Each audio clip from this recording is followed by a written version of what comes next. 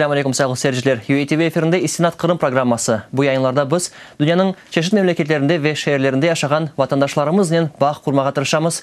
Ve bugün Kiev'deki stüdyamızda New York'ta çok yıllar devamında yaşayan ve o yerde Kırım Tatar Derneği'nin yolbaşçısı da olan öz vaktinde, yani umumen Amerika Birleşken Devletleri'nde Kırım Tatarlarının temsilcisi olan Rüstem Ağamız Borlucan'ı bu stüdyamızda selamlayımız. Selamünaleyküm Rüstem Ağam. Aleyküm selam. Geçten de sizni bu yerde görmek pek memnunuz bundan. Sağ olun. Hoş geldiniz değil mi sizge?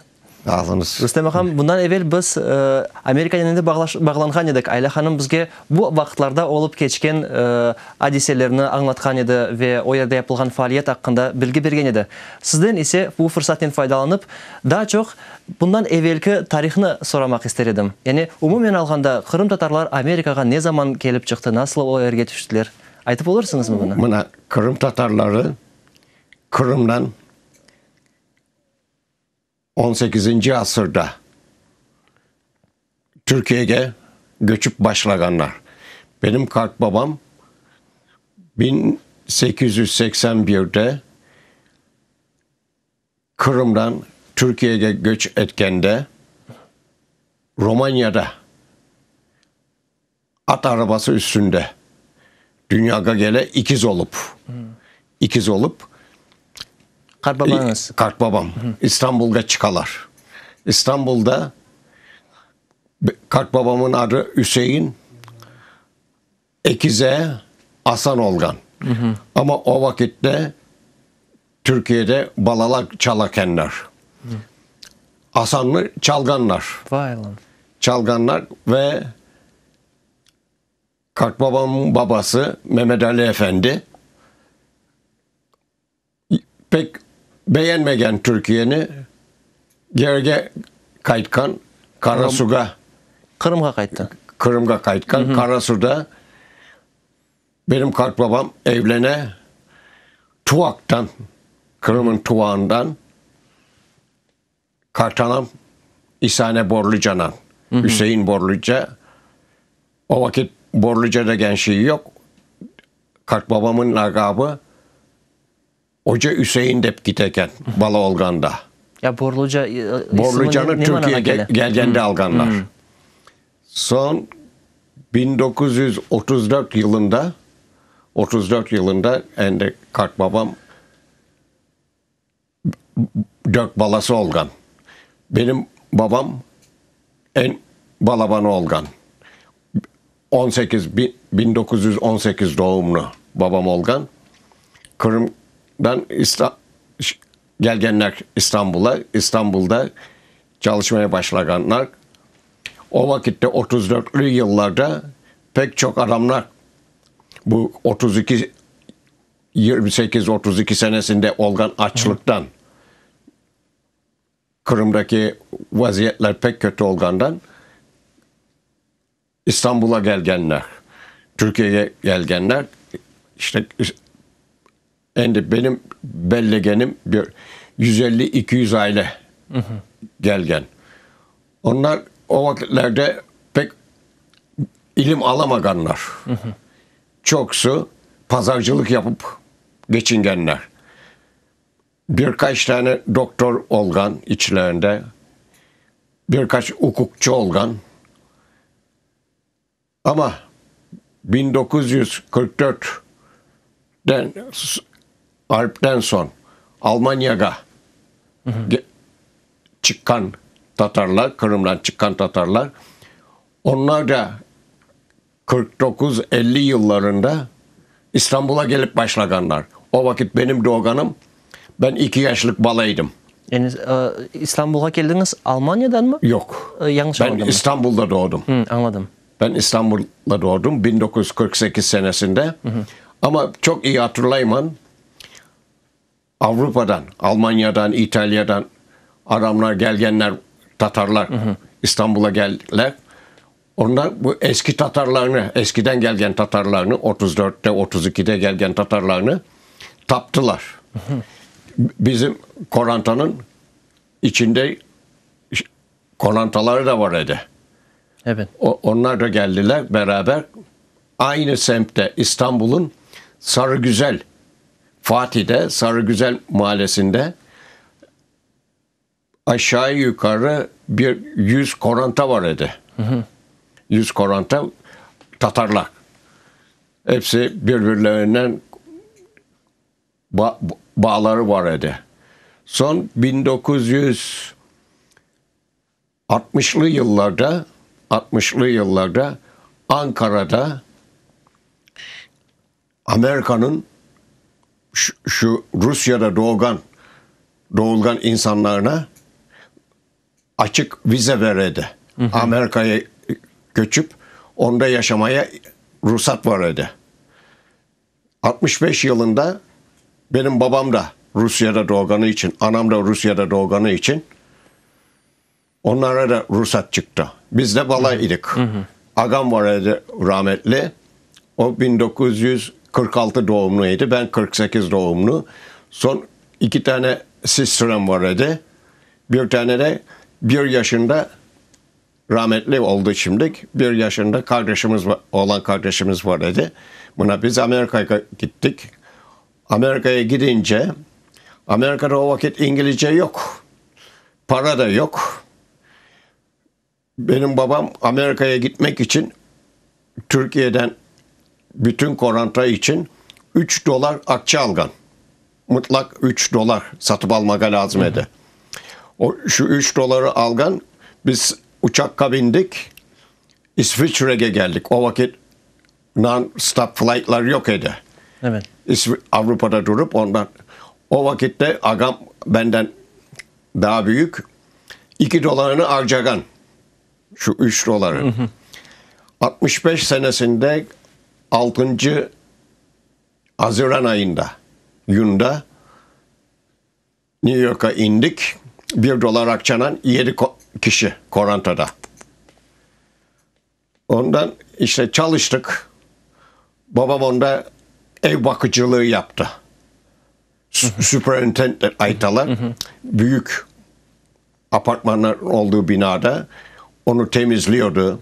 Tamirlerini yapıyordu. Bakıcıydı onda. Evet. Ben Türkiye'de okuyup olamadım. Araba remontunda girdim. Elektrik işlerinden uğraşmaya. 17 yaşındaydım Amerika'ya gittikte.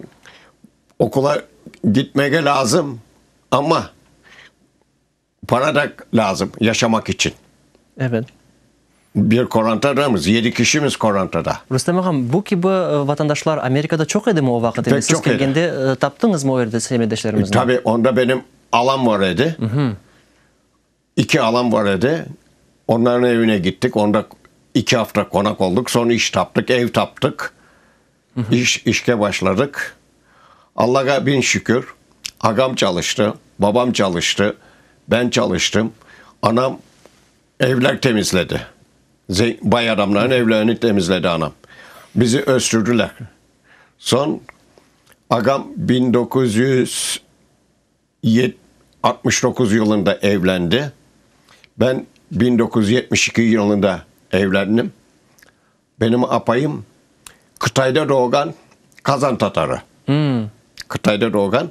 Onlar da bizim gibi Türkiye'ye benim apayım gelgen vakitte 6 yaşındayken 12 yaşında Amerika'ya gele. Onlarda da 11 nüfus bir korantada. 7 kız, bir oğlan bala, bir de kartanay 8. Anası babası 10. Hani o kadar çok nüfuslu insanlar. Onlar da çalışmışlar. Sonra ben apayımla Amerika'da tanıştım. Evlendik. Bir oğlum oldu 72 senesinde. O şimdi Kaliforniya'da yaşay. Power Restaurant şeyi olup yemekler yapa. Yemekler yapa ama restoranda değil. Private catering'de yapa. Yüksek şurada olgan adamlarga yemekler yapar. Mesela bu Amerikan sayılarından önce Hillary Clinton'a yemek aşattı. Condoleezza Rice'a yemek aşattı. Reagan ölgende onun korantasına yemekler yaptı. O yemeklerini yapan kuknasında onların evine götürüp sör yapa. Evet. O firmada çalıştı. O firmada çalıştı. O firmanın kazayını pensiyaya çıktı. Business'de benim oğluma bıraktı. Kızım oldu. Kızım 1979 senesinde dünyaya geldi. O bu apartmanlar, evler yapan construction yapan firmada construction manager olup çalışa. Pek geç evlendi. 35 yaşında evlendi. Şimdi bir toruncuğumuz var ondan. Oğlumdan 2 tane torunum var. Bir tanesi 18 yaşındaydı. Bir tanesi 15 yaşında. Şimdi kızımızın torun balası oldu. Biz de onu endi bakıp oturamız. Biz de pensiye olduk. Ben hayatımda Sizge hayırlı olsun deyimiz Rüstem ağam. Sağ olunuz. Aslında keçinde sizin bu hikayenizni bizden paylaşkanınız pek mühimdir. Hem de tarihke keçken olur, pek mühim bir vesika gibi kalır deyip düşünüyorum. Umumen alganda yayınımız sonuna gelmek üzere ama siz bu gibi hikayeler yüzlerden, binlerden olganını bilesiniz. Evet. Bu şeye nasıl kıymet kesersiniz? Bir netice bir fikir paylaşkanınızı isterdim yayınımızın sonunda. Lütfen. Biz Amerika'da yaşagandan memnunuz. Amerika'dan yaşagandan memnunuz. Ve Amerika'da bizim cemiyetimiz var. Kırım Türkleri Amerikan Birliği degen. Onda bir 350 koranta var. Ramazan ayında cami var. Her gün akşam Ramazan ayında iftarlar ola. Senede bir sefer Kırım gecesi yapamız. Onda ende evet. Ama kendi de yani siz değilsiniz ki Amerika'da yaşarımızdan memnunumuz. Kendi de Kırım Tatarlıkını ve Kırım bağını coymaysınız. Bunun emniyeti nedir sizin için? Kırım'dan hiç kopmadık. Anam 32'de Türkiye'ye gelgen Kırım'dan. Babam 34'te gelgen. 1994 senesinde Enkaz'dan apayım ayıttım. Kırım'a gideyik mi? O ayıttı gideyik. Gideyik dedi. 94 senesinde 18 May günü Kırım'a geldik. 3 gün için. Evet ve bundan sonra siz defalarca Kırım'da olganınızda ben görgen edim o yerde. Ondan sonra defalarca Kırım'a geldik. Bu işgalden evvel senede 4 sefer, 5 sefer giderim. Hepsi 18 Mayıs'larga giderim.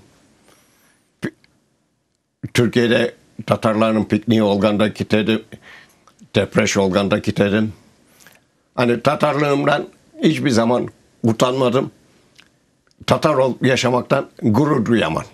Çok sağ olun Rüstem ağam. Ve kendi de dileyimiz ki gelecekte de çok seferleri böyle Kırım'da görüşmek nasip olsun. Sağ olun stüdyamıza geldiğiniz için. Eğer diyeyim Kırım işgal olmadan olsaydı onda ev alıp 6 ay 6 ay New York'ta yaşamaya niyetim var idi. Niyetiniz erişiniz inşallah. Çok sağ olun. İnşallah çok sağ işgal biter de bu şeyimiz. İstir sayılı seyirciler, bizim stüdyamızın misafiri New York'ta ve Amerika Birleşken Devletleri'nde Kırım Tatarlarının temsilcisi olgan Rüstem Borlucaydı. Sizge hayırlı vaxtlar dileyimiz. Sağlıkla kalınız.